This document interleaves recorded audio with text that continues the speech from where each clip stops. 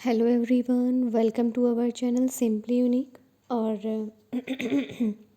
Sorry, आज हम भगवत गीता का पार्ट 3 को डिस्कस करेंगे, मतलब आगे का पार्ट बनाएंगे और आगे की चीज़ों को डिस्कस करने के लिए बढ़ेंगे और समझेंगे कि कृष्ण जो हैं वो हमें बेसिकली हमें क्या समझाना चाहते हैं और इस गीता के थ्रू हमें क्या उपदेश देना चाहते हैं।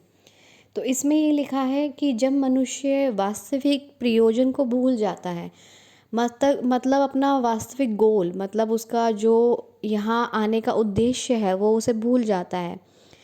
हम सबका, मैं आपको पहले भी अपनी नॉर्मल वीडियो में भगवत गीता जो नहीं है उसमें बताती हूँ, क्योंकि मैंने भी इस चीज़ को समझा है और देखा है। जितने भी मेंटोर को सुना है, समझा है, तो उनसे एक ही चीज़ निकल कर आती है कि हम यहाँ वो तो चलिए, एक अगर हम नॉर्मल इंसान से पूछेंगे जो इतनी डेप्थ में नहीं जाता, एक नॉर्मल सा सीधा साधा सिंपल इंसान, कि आपका लक्ष्य क्या है। सबके अलग अलग लक्ष्य होते हैं, वो बता भी सकते हैं हमारा ये लक्ष्य है कि हम बहुत सक्सेसफुल हो जाएं, एक कहेगा कि हमारा ये लक्ष्य है कि हम अपने घर में पहुंच जाएं, मतलब सबके अलग अलग है कि हम बहुत सारा पैसा कमाएं, बहुत सारा धन कमाएं। एक का लक्ष्य होता है कि मैं बहुत अच्छा सा फिट फाइन होके उसमें जाऊं और जीतूं, किसी खेल में जीतूं, किसी कंपटीशन एग्ज़ाम में, कॉम्पिटिटिव एग्ज़ाम में जीतूं। तो सबका लक्ष्य अलग है, लेकिन अध्यात्म रूप से अगर आप देखें तो हम सभी का यहाँ पर एक ही लक्ष्य होता है, जो हमारा वास्तविक प्रयोजन है।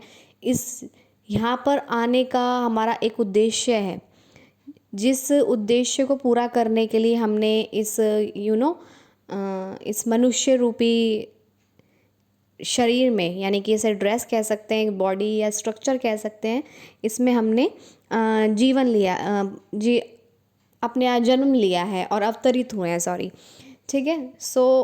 और इसमें एक पार्ट है जो भगवान का ही अंश है। तो उसमें कहा गया है, जब मनुष्य जीवन के वास्तविक प्रयोजन, यानी कि अपने आप को जानने का प्रयोजन, भगवान को जानने का, ये सब क्या है, इन सब को जानने का भूल जाता है कि हम क्या हैं, ईश्वर क्या है, जीवन क्या है, मृत्यु क्या है, इन सब को जानने के लिए भूल जाता है। तो भगवान कृष्ण विशेष रूप से इस प्रयोजन की पुनर्स्थापना करने के लिए अवतरित होते हैं। तब भी असंख्य जागृत हुए लोगों में से कोई एक होता है। आप सोच रहे हैं कि इतने, मैंने कहा था पिछली वीडियो में भी कि अनंत है, मतलब अनंत चीज़ें हैं। देखिए, हर चीज़ में एनर्जी है और ये अनंत है, इनफाइनाइट है, इसका कोई अंत नहीं है। हम कितना भी चाहें इसको नाप लें, माप लें, गिन लें, लेकिन ये कभी ना ख़त्म होने वाली स्थापना है। तो जो अनंत जीव हैं, और आप ये मत सोचिए कि हम ही यहाँ मनुष्य हैं तो हम ही जीव हैं और हम ही में बुद्धि है, तो ऐसा कुछ नहीं है। सब चीज़ के अंदर भगवान ने कहा है, मैं हर कण कण में, हर क्षण में वही हूँ, देखना हो तो देख ले। तो हम उसे भूल गए हैं और उसी की स्थापना करने, मतलब उसी का ज्ञान दिलाने भगवान ने ये गीता की स्थापना करी है। और इसको भी पढ़ने के लिए, समझने के लिए भी असंख्य में से कोई एक ही होता है, ठीक है। यही इसमें कहा गया है, जहाँ तक मुझे समझ में आ रहा है, जो वास्तव में अपनी स्थिति को जान पाता है, और मतलब उनमें से भी तब भी असंख्य जागृत, यह भगवत गीता उसी के लिए कही गई है। वस्तुतः मतलब ये है कि तब भी असंख्य जागृत, सॉरी मैं लाइन मिस कर गई, तब भी असंख्य जागृत हुए लोगों में से कोई एक ही होता है जो वास्तव में अपनी स्थिति को जान पाता है। यही हमारा उद्देश्य है इस जीवन का, इस ज़िंदगी का, यही एक पर्पज़ है। हम यहाँ आए हैं, किसी उद्देश्य से आए हैं, सभी को पता है, बिना रीज़न के हम यहाँ नहीं हैं। और हमारे थ्रू जो, जब तक वो पूरा नहीं होगा तब तक हम यहाँ से निकलने वाले भी नहीं हैं। तो जब और अपनी स्थिति को जानना ही हमारा परम लक्ष्य होना चाहिए कि हम कौन हैं। और भगवत गीता भी उसी के लिए मतलब कही गई है, जो वास्तव में अपनी स्थिति को जान पाता है। और यह भगवत गीता उसी के लिए कही गई है। वस्तुतः हम सभी अविद्या रूपी बाघिन के द्वारा निगल लिए गए हैं। मतलब अविद्या मतलब अज्ञान, मतलब हमारे अंदर ज्ञान है, ज्ञान का भंडार है, लेकिन हम नहीं जानते कि अविद्या उसे कह सकते हैं, माया भी कह सकते हैं, अज्ञान भी कह सकते हैं। मतलब एक ऐसी धुंध शीशे पे चढ़ी हुई है, एक ऐसा पर्दा हमारी आँखों के सामने पड़ा हुआ है, माया रूपी का, अविद्या का, अज्ञान का, जो हमें सच्चाई तक नहीं पहुँचने देता। लेकिन भगवान जीवों पर, विशेषतः मनुष्यों पर, लेकिन जो जीव हैं, देखिए मैंने कहा था हर कण में एनर्जी है, हर कण में वो है। ये बहुत डीप बात है और इसे यहाँ तक महसूस करना और यहाँ तक पकड़ पाना, यहाँ तक पहुँच पाना हर किसी के लिए आसान नहीं होता है इस जर्नी में। लेकिन अगर आप मानते हैं, अगर आप विश्वास कर लेते हैं एक ही बार में, अगर जो सरल इंसान होता है ना, सरल बुद्धि वाला, वो क्यों क्या किंतु परंतु पर नहीं चलता है। उसने हमने कहा कि हर कण में, हर जगह भगवान है, तो वो तुरंत उस सरल मन वाले को यकीन हो जाता है कि हाँ, हर हर कण में, हर क्षण भगवान हमारे साथ है। तो उसने कहा कि लेकिन विशेषतः मनुष्य, क्योंकि हमारी सबसे ज़्यादा भगवान ने जिस इस बॉडी को सबसे ज़्यादा कॉम्प्लेक्स बनाया है, सबसे ज़्यादा अलग बनाया है, पूरे ब्रह्मांड में आप कहीं भी चले जाइए, मनुष्य से ज़्यादा आपको ज़्यादा विशेष कुछ नहीं मिलेगा। हमको लगता है कि अरे ये कितना, हम कुछ अलग देखते हैं, पहली बार देखते हैं तो हमें वो विशेष लगता है।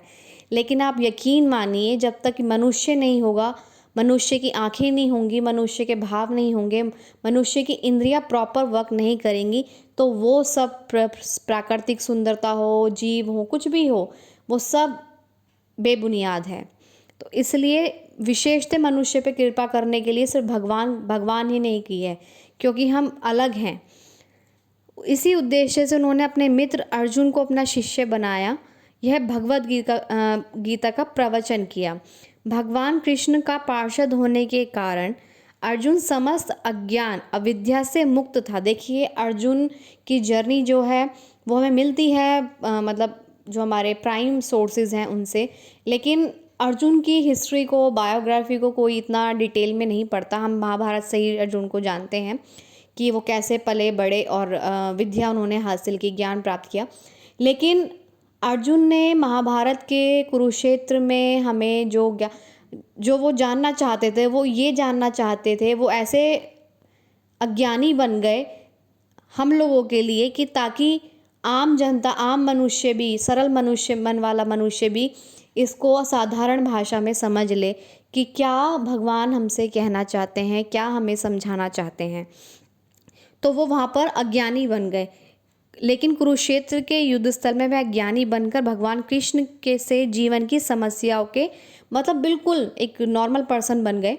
और फिर उस तह तक जाकर वो उनसे क्वेश्चन करने लग गए कि ऐसा हो तो क्या करना है, ऐसा हो तो क्या करना है, सब चीज़ों के बारे में भगवान कृष्ण से जीवन की समस्याओं के विषय में प्रश्न करने लगा, जिससे भगवान उनकी व्याख्या भावी पीढ़ियों से मनुष्य के लाभ के लिए कर दें। देखा, उन्होंने हमारे लिए बिल्कुल एकदम नीचे सरफेस लेवल पर आ गए वो, ताकि हम आम जनता को भी जो आगे उस ज्ञान, उन्हें पता था कि आगे आगे जैसे टाइम बढ़ेगा, समय चेंज होगा, तो उन्हें पता है कि ये चीज़ें उन लोगों के लिए आगे काम आएंगी, तो बिल्कुल वहाँ तक चले गए वो। सोचिए, सब कुछ भूल के वो वहाँ तक पहुँच गए हम लोगों के लिए, ताकि हम लोगों को भी सहायता हो सके और जीवन की योजनाओं का निर्धारण कर दें। तब मनुष्य तदनुसार कार्य कर पाएगा और मनुष्य जीवन के उद्देश्य को पूर्ण कर सकेगा। और हमें जब यहाँ इससे हेल्प मिल सकेगी तो हम क्या करेंगे, मनुष्य तदनुसार कार्य कर पाएगा, मतलब सही अपने विश्वास, जो अपने ज्ञान के अनुसार कार्य कर पाएगा और मानव जीवन के उद्देश्य, जो मानव हमने जीवन लिया है, हमें मिला है, इसका उद्देश्य पूर्ण कर पाएगा। भगवद गीता की विषय वस्तु में 5 मूल सत्यों का ज्ञान निहित है। मतलब जो भगवद गीता है इसमें 5 मूल सत्य, मतलब जो मेन मूल सत्य हैं वो 5 हैं। और सर्वप्रथम ईश्वर की विज्ञान की और जीवों की स्वरूप स्थिति की विवेचना की गई है। इसमें सर्वप्रथम जो इसमें 5 सत्य हैं, उसमें पहला सत्य ये है, वो ईश्वर का विज्ञान, साइंस ऑफ गॉड। इसका इसका विवेचन किया गया है, मतलब इसका एक वर्णन किया गया है, एक्सप्रेस किया गया है। सो ईश्वर का अर्थ नियंता है, नियंता है, सॉरी अगर मैं गलत प्रोनाउंस करूँ तो। और जीवों का अर्थ है नियंत्रित। देखिए, अब इसमें आता है ईश्वर क्या है और उसकी साइंस, उसके पीछे का साइंस इसमें है। ईश्वर हम में भी, मैंने कहा था ना, हर कण में है, हर क्षण में है, तो इस बात को यहाँ पर समझेंगे अच्छे से। ईश्वर जो है जैसे पानी है, संदीप महेश्वरी बहुत अच्छे से एक्सप्लेन करते हैं। जैसे पानी है, समुद्र में अलग है, ग्लास में अलग है, चम्मच में अलग है, कटोरी में अलग है, प्लेट में अलग है। तो इसका मतलब ये मत सोचिए कि पानी समुद्र में है तो मतलब वो अलग हो गया, और पानी ग्लास में है वो अलग हो गया, और पानी चम्मच में है वो अलग हो गया। वो शेप के अकॉर्डिंग उसकी पावर चेंज हो गई है।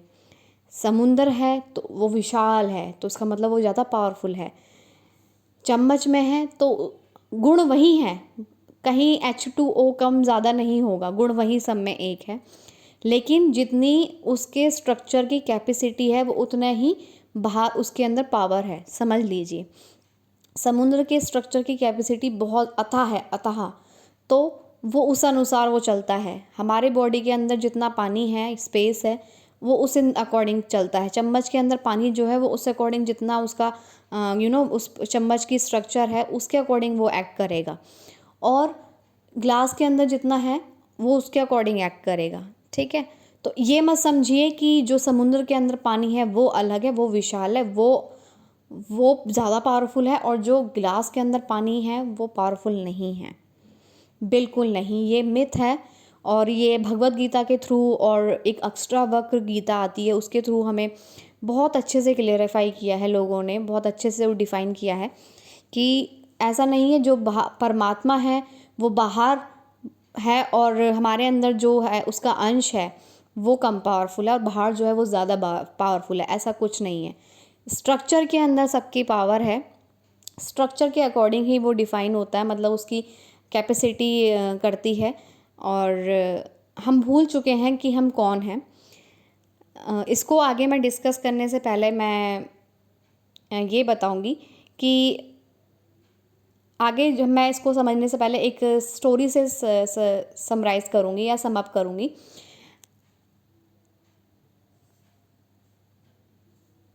वो ये स्टोरी थी कि वो ये स्टोरी थी कि एक शेर का बच्चा था। मुझे बहुत दिनों से ये स्टोरी सुनाई दे रही थी। एक शेर का बच्चा था, सॉरी अगर वीडियो लंबा हो जाए तो मैं जल्दी समाप्त करने की कोशिश करूँगी। एक शेर का बच्चा था, तो वो गलती से भेड़ों के जाल में चला गया। छोटा सा था, मतलब वो उसे नहीं पता कि मुझे कैसे, वो उसके साथ भेड़ों के झुंड में चला गया, और फिर धीरे धीरे उनके साथ रहने लगा, तो उन्हीं की हरकत करने लगा, उन्हीं की हरकतें सीखने लगा। उन्हीं के साथ पला बड़ा, तो उसे इतना ध्यान भी नहीं था। उसे ये भी लगा कि भेड़ ही मेरे फैमिली है, ये झुंड ही अब मेरी फैमिली है, मेरी दुनिया है, सॉरी। तो अब हुआ क्या कि वो भेड़ों की तरह रहने लगा, उसी की तरह बिहेव करने लगा। तो एक दिन जब वो शेर, वो ऐसे ही चरने आए हुए थे भेड़ वगैरह, तो एक दिन शेर जंगल से आया और उसने देखा कि, उसने कहा, ओए तू कहाँ जा रहा है? क्योंकि मैं अपनी फैमिली के साथ जा रहा हूँ। वो सब भाग लिए, वो भी भागा, क्योंकि तू कहाँ जा रहा है? क्योंकि मैं अपनी फैमिली के साथ जा रहा हूँ, वो कहने लग गया। तो उन्होंने कहा, अरे नहीं, तू हमारी फैमिली का है, वहाँ उनके साथ उनकी फैमिली का नहीं है, भेड़ों की फैमिली का नहीं, हमारी फैमिली का है तू। उसने कहा, नहीं नहीं, ये है मेरी फैमिली और इन्होंने मुझे पाला है, और अब मैं देखो बड़ा हो गया हूँ और इन्होंने मुझे पाला है। तो उन्होंने कहा, चल मेरे साथ, मैं तुझे एक चीज़ दिखाता हूँ। तो वो चला गया, डर डर के जा रहा था, क्योंकि भेड़ों की तरह वो शेर से डरती थी, तो वो भी डर डर के गया। और उन्होंने तालाब में उसका देखा कि देख, तेरा और मेरा चेहरा मिलता है ना? तो उसने कहा, हाँ चेहरा तो मिलता है। तो उसने कहा, देख अब मैं जैसे दहाड़ूंगा तू भी कोशिश करियो, तू दहाड़ी हो। तो शेर दहाड़ा, और वो शेर का बच्चा भी बिल्कुल वैसे ही दहाड़ा। तो उसने कहा, देखा कि, और जब वो शेर का बच्चा दहाड़ा ना, तो पूरा जंगल समझो हिल गया, जैसे शेर दहाड़ता है तो हिल जाता है। तो कह रहा, अब तुझे समझ में आया तू कौन है? तो उसे तब रियलाइज़ हुआ कि वो कौन है। ऐसी हम सभी, मतलब बहुत अच्छी स्टोरी लगी मुझे, इतना मोटिवेट कर दिया अंदर तक इसने, कि तू भूल गया था कि, मतलब गुम हो गया था, कि भूल गया था कि तू कौन है। तू शेर का बच्चा है, डरना नहीं, घबराना नहीं, और ऐसे भेड़ों के भी साथ नहीं रहना। भेड़ों के साथ रहेगा तो ऐसे ही रहेगा, विक्टिम बन के प्ले करेगा इस दुनिया में। तो भेड़ों की तरह नहीं, शेर बन के रहना है। मेरा बच्चा है और शेर की तरह रहो। तो वो मतलब समझ गया कि मैं कौन हूँ। इसी तरह हम सब भगवान के अंश हैं, तो हमें भूलना नहीं चाहिए कि हम कितने पावरफुल हैं।